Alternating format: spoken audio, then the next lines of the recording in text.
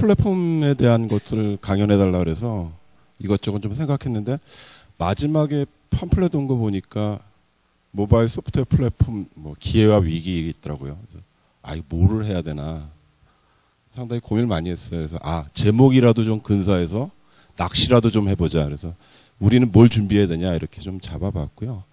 앞에서 여러분들이 사실은 뭐 보니까 머티리얼도 없고 발표하는 자료를 이 자리에 아니면 못 보는 상태라서 쭉 들어보니까 상당히 그냥 여러 분야에 대한 얘기했지만 한 곳으로 수렴하는 게 아닌가 이런 생각을 좀 해봤습니다.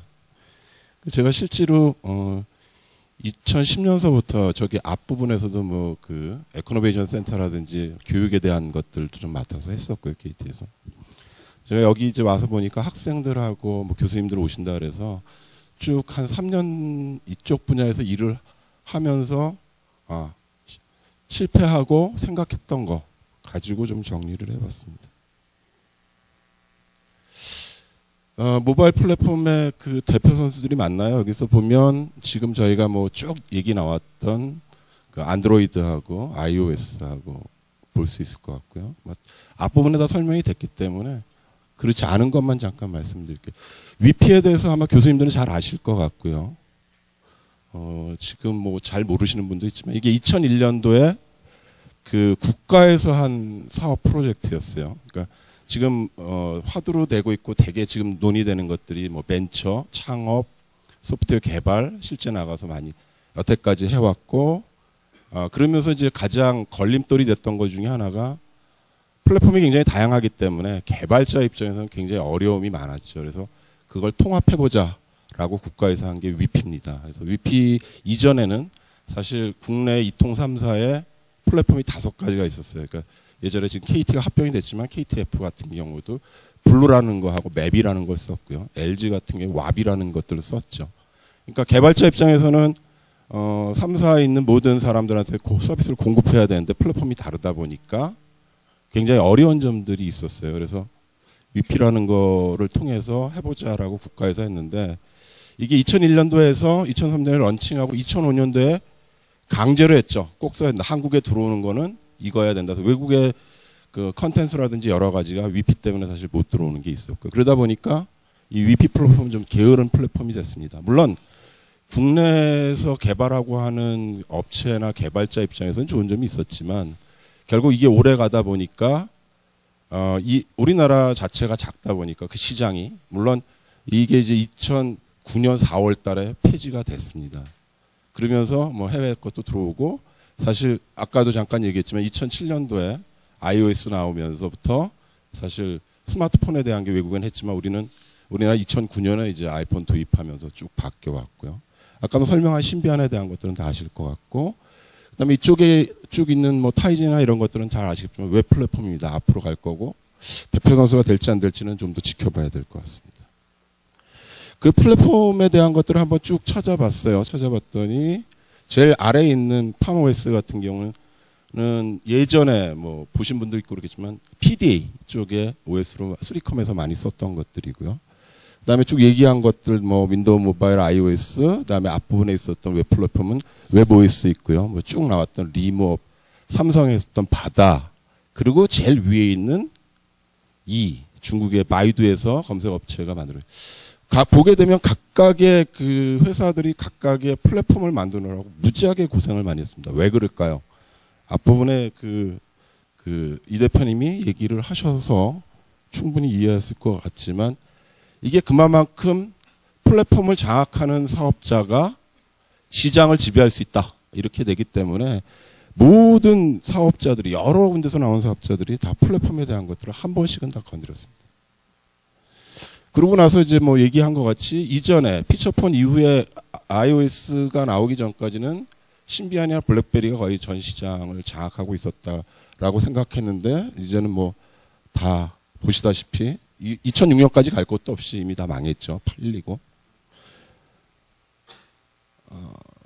결국은 이렇게 된 이유 중에 하나가 이제 결국 이게 왜 생겼냐면 역사가 참 반복된다는 게 윈도우 우리가 이제 그 인터넷 시절에는 마이크로소프트가 폐쇄형을 가지고 전 세계를 거의 다 장악을 했어요. 그러고 나서 이제 그 실제 리눅스 계열에서 오픈을 했고 했지만 사실은 MS를 이기지는 못했습니다. 모바일로 넘어오면서 그 이걸 판을 뒤집어 보겠다라고 생각한 진영과 또 그대로 모델을 답습해서 가겠다고 하는 진영이 결국 붙게 됐다라고 보여집니다. 그렇기 때문에 사실 이제 그 스티브 잡스가 자기 내 생태계를 아까도 뭐 쭉 돼서 잘 아시겠지만 만들었죠. 안에서 다 구축을 했습니다. 그러니까 그렇게 되다 보니까 이 진영에 대한 것들을 깨야겠다라고 나온 것이 결국 안드로이드하고 삼성이, 물론 삼성이 그렇게 빨리 크고 성장할 줄은 몰랐지만 이렇게 된 것 같습니다.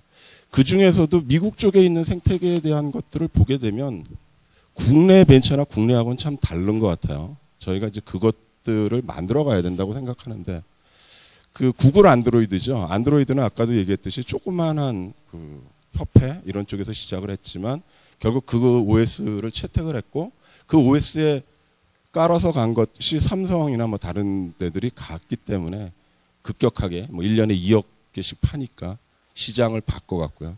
그러다 보니 현재로서는 안드로이드가 구글이 굉장히 위협적으로 됐습니다. 그래서 이제 나온 게 결국 삼성도 바다서부터 시작해서 HTML5의 모바일 OS에 대한 것들, 결국 독립성을 좀 갖겠다 하는 것들에 대한 걸 갖고요. 아직도 그래도 뭐 개발자 입장에서는 파편화는 좀 남아있는 그런 실정입니다.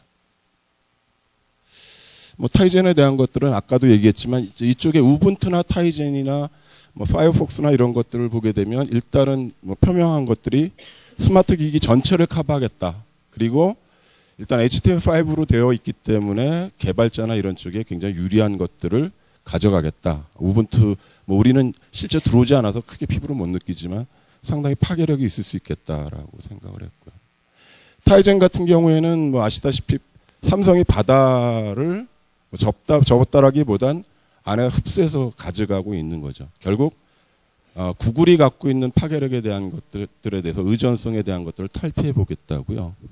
아까 잠깐 논의에서 나왔지만 구글이 iOS에 대해서 그 늦었다고 생각하고 빨리 한 전략 중에 하나가 이 안드로이드를 만들면서 전 세계 시장을 잡기 위해서 아까 얘기한 보통의 구글이 만든 개발자와 7대3으로 먹어가는 비율에 대한 것들을 어떻게 했겠냐면 이통3 사의 그 30% 하는 거에 들어서 처음에 한 3% 수준을 가져갔습니다. 그러니까 27%가 이통4가 가져가고 3%가 구글이 가져가겠다. 그게 지금에 와서 15%가 됐고요. 앞으로는 그 비율이 더 바뀔 수도 있습니다. 그만큼 지배력을 가졌다는 얘기죠. 그만큼 그거에 대한 것들을 깨기 위해서 상당히 노력하고 있고 삼성도 지금 뭐 스마트폰 시장에 대한 것들이 어느 정도 세츄레이션 됐기 때문에 활로를 찾아가고 있다라고 보여집니다. 뭐 파이어폭스에 대한 것도 거의 비슷한 거고요. 그리고 이제 소프트웨어 산업에 대한 것들을 한번 보시죠. 예전에 처음에로 보게 되면 그 하드웨어 부속물로서 가져갔었고 번들 소프트웨어로 해서 뭐 거의 이 시대에 가게 되면은 그냥 끼워주는 거 하드웨어 팔 때 그냥 집어넣는 거고 일정 부분들은 뭐 값을 기업용으로 했을 때 팔았던 부분이고 그 이후에 이제 PC 나오면서는 패키지 소프트웨어들이 나오기 시작을 했죠. 그 다음에 웹 서비스가 나왔고 현재는 이제 클라우드까지 갔는데 다음 장에서 그거에 대해서 잠깐 보시죠. 그래서 뭐 저 메인프레임 같은 경우에 그냥 아까 얘기한 하드웨어 비용에 포함이 되든지 정보 처리 비용 정도로 받든지 그 다음에 이제 패키지 같은 경우에 뭐 여러분 보셨겠지만 뭐 문서 작성용이지 이런 것들이 됐고요. 그 다음에 이제 웹 브라우저 나오고 서치 엔진 등이 나오기 시작하면서 결국 좀 뭐 웹 2.0 나오고 생태계가 많이 좀 변화를 했습니다.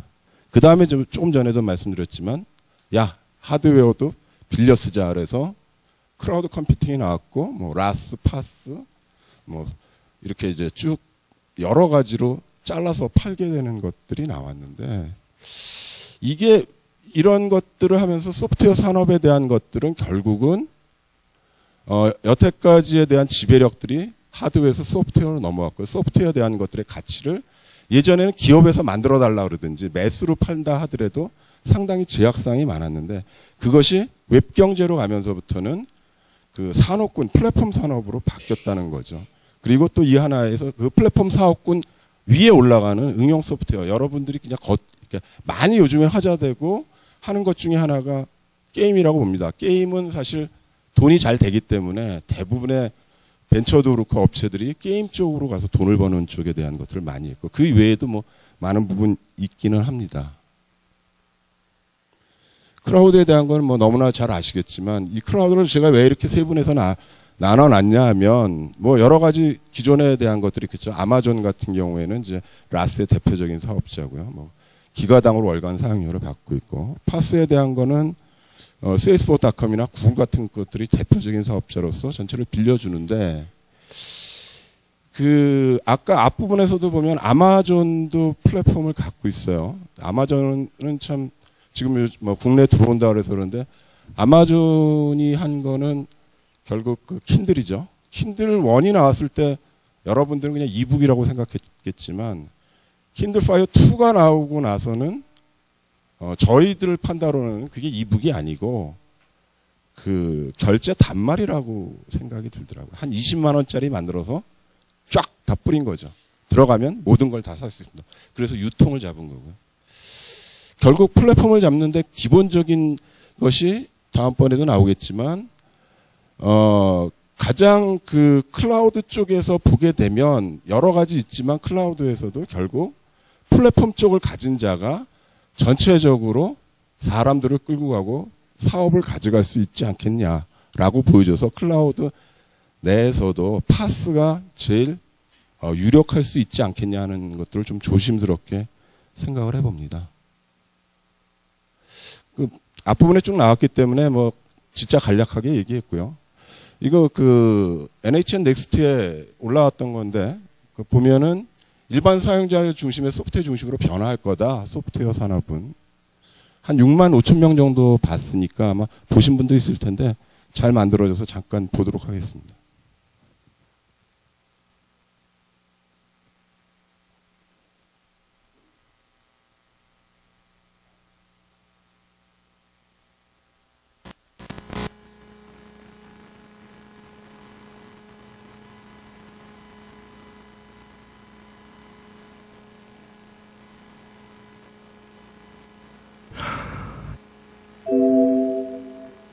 (20년) 전까지 소프트웨어 개발자 하면 무엇이 생각나십니까?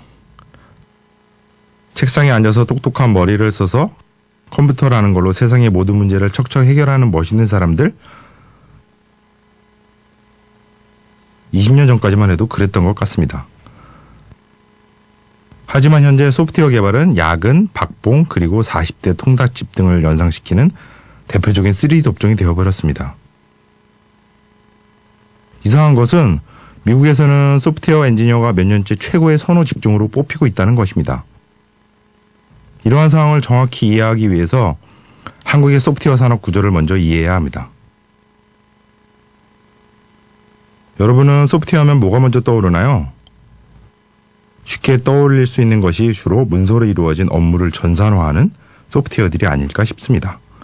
이 소프트웨어가 하는 일은 업무를 보다 효율적이며 정확하고 생산적으로 개선하는 역할을 합니다. 업무용 소프트웨어 산업이 다른 산업을 발전시키는 효과는 엄청납니다. 하지만 이 산업의 생태계를 좀 더 들여다보면 왜 소프트웨어 산업이 3D 업종으로 기피되고 있는지 이해가 됩니다. 원래 물건이라는 것이 만드는 비용보다는 물건의 가치에 의하여 가격이 정해지는 것이 통상적입니다. 하지만 업무용 소프트웨어 산업은 그렇지 못합니다.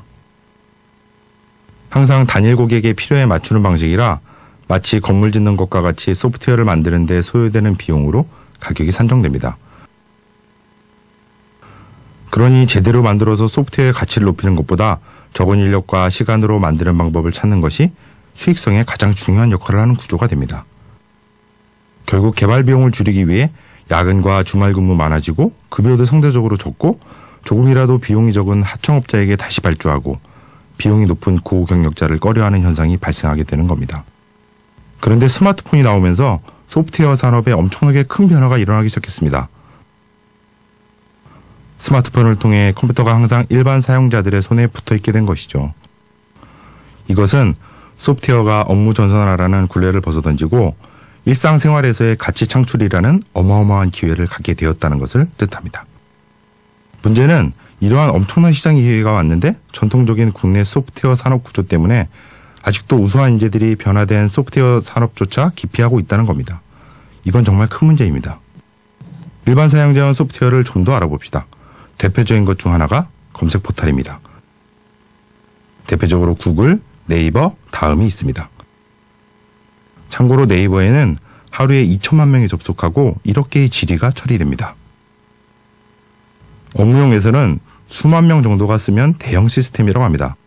반면 일반 사용자용 소프트웨어는 일상생활에서 그 가치를 만들기 때문에 기본적으로 수백만, 수천만 명을 대상으로 합니다.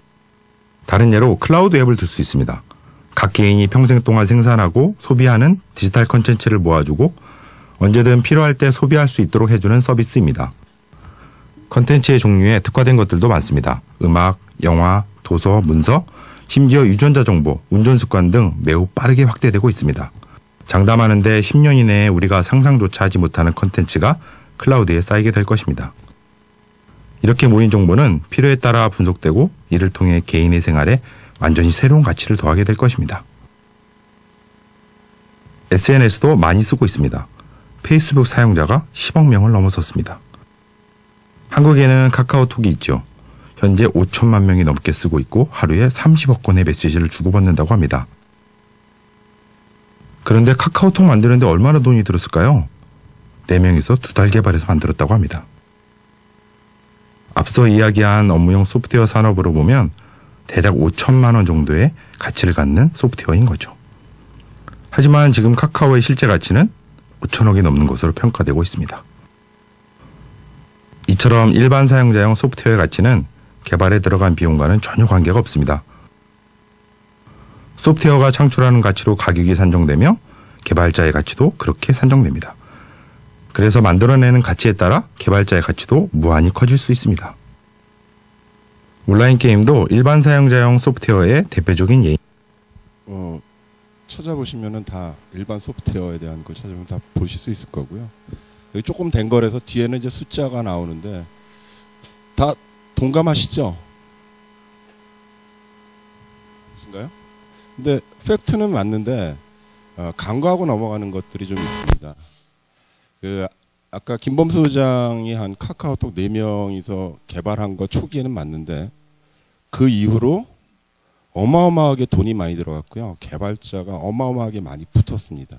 그러지 않으면 전 세계를 상대로 그 많은 플랫폼에 대해서 다 단말에 대해서 지원하기가 어려워졌죠. 물론 성공을 했습니다.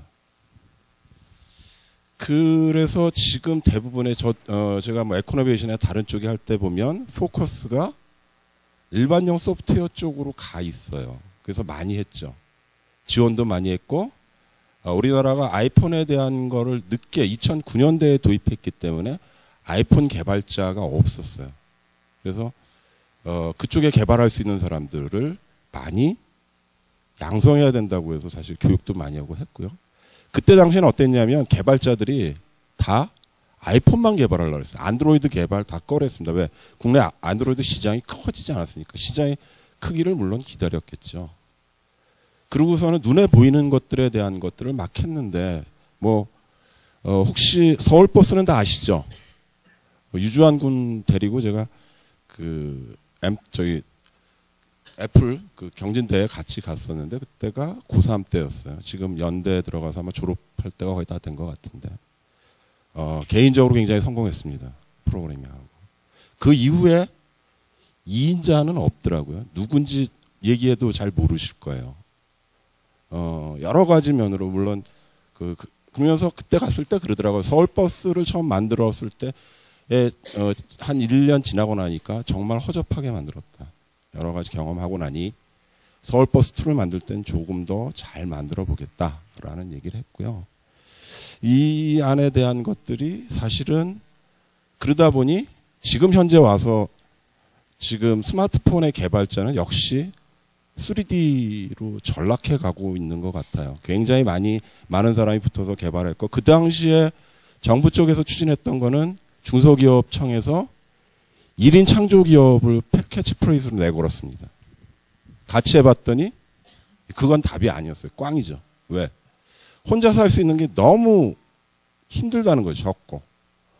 그래서 저희 에코노베이션 개발센터도 1인이 쓸 수 있는 공간을 많이 만들어줬는데 사실 1인이 쓰기보다는 같이 논의하고 회의할 수 있는 5인실, 6인실에 대한 것들이 수요가 더 많았고요. 실제 그거를 위해서 준비가 돼 있지 않는데 정부의 입장이나 뭐 다른 여러 군데에서는 사실 빠르게, 왜냐하면 취업이 잘 안 되니까 빠르게 창업하고 거기서 돈을 벌고 자기가 할 수 있는 것들을 만들어주겠다고 했지만 너무 겉모습만 본 게 아닌가, 그런 착오를 굉장히 많이 했다라고 생각이 듭니다. 그래서 결국 지금 현재 제가 이제 얘기하고 싶은 거는, 자, 굉장히 많은 플랫폼이 나오지만 그 플랫폼에 여기 계신 분들이 직접 인볼브 될 수는 있을 수도 있고 없을 수도 있고요. 직접 만들 수는 없을 겁니다. 근데 우리가 교육을 하거나 앞으로 나가서 생각할 때 자꾸 겉에 있는 것들만 바라보게 되니까 그쪽 분야만 보게 돼요. 그래서 제가 쭉 여태까지 설명했던 몇 가지를 다시 정리해 보면, 이런 얘기를 하셨죠. 삼성에서 부장님이 얘기하신 게, 한 3년 정도 코딩하고 나서는 코딩 안 하고 관리자로 바뀌더라. LG전자는 나 지금 아직까지 코딩하고 있다. 그 다음에 대부분에 나온 것들이 아까도 공개 소프트웨어 얘기했는데, 공개 소프트웨어에 대한 걸 잘 활용해야 된다. 다 묶어보면 결국 핵심은 현재로서는 오픈되어 있는 게 리눅스니까 리눅스에 대한 계열에서부터 나오는 것들을 모르고 있다면 어려워지는 거예요. 그러니까 그러기 때문에 사실은 자꾸 3D 쪽, 그러니까 3D나 저급 인력 쪽으로, 왜냐하면 정부에서 하는 정책도 빠르게 배출하기 위해서 2달, 3달간 교육시켜서 나가기를 원하고, 그다음에 눈에 보여서 보이는 현상만 가지고 준비를 하다 보니 제대로 갖춰져 있지 못하다는 거죠. 그래서 여기서 나온 것 같이 소프트웨어 고급 인력 양성해야 된다 그러는데 굉장히 시간이 많이 걸리는 일입니다. 그리고 저 때도 그랬는데 OS에 대한 것들은 골치 아프고 머리 아프고 힘들고 하니까 안 해요. 근데 아까 LG에서 LG전자에 계신 수석님이 얘기하셨지만 그거를 들여다보고 내가 직접 코딩은 안 하더라도 그거를 들여다보고 알지 않는 한 결국 이런 거죠. 지금쯤 나와서 대기업에서 나와서 2차로 뭔가 창업하기 위해서 했는데 중국집을 했어요. 음식 만드는 거 하나도 몰라요. 그럼 누구한테 의존해요? 주방장한테 의존할 수밖에 없어요. 특히 가장 강한 게 냉면집이더라고요.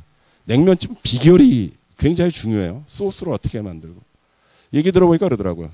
물건은 구입을 하는데 비율이나 뭐 넣는 걸 안 알려주기 위해서 주방장이 사장이 들어오면 절대 버무리질 않는데요. 똑같은 겁니다. 핵심에 대한 내용을 모르고 주변에 대한 것이 지금 막 간다고 창업을 하거나 뛰어들면 결국은 아까 우리 오 센터장님이 얘기하신 것 같이 테크놀로지의 핵심을 못 갖고 있기 때문에 금방 도태되거나 어려움에 봉착할 수 있다라고 생각합니다. 이제 제가 얘기하는 건 대기업의 착각이라는 걸 얘기했는데요. 우리나라 국내 기업들은 돈이 되거나 뭘 하면 본인이 스스로 다 하려고 해요. 그래서 뭐 저희도 그랬고 뭐 SKT도 그랬고 뭐 대부분 삼성도 그런지 모르겠는데 직접 인력을 소싱해서 집어넣어서 벤처가 하는 일들을 직접 하려고 하는 경우가 많습니다. 근데 결과는 보시다시피 다 참패하고 말았어요. 구조가 달라요. 왜냐하면 굉장히 다이나믹하고 역동적으로 흘러야 되는데 대기업이라는 DNA를 가지고 시작을 하면 시간이 오래 걸립니다. 그래서 구글이나 외국 기업들이 벤처들을 잘 된다 그러는 걸 사들이는 이유는, 그리고 그들이 살 때 이게 괜찮으니까 그냥 사는 게 아니라 처음서부터 내가 필요로 하고 이걸 내가 갖고 있는 기업 안에서의 필요성이 어떻게 활용할 수 있을까를 같이 고민하면서 그 기업을 사요.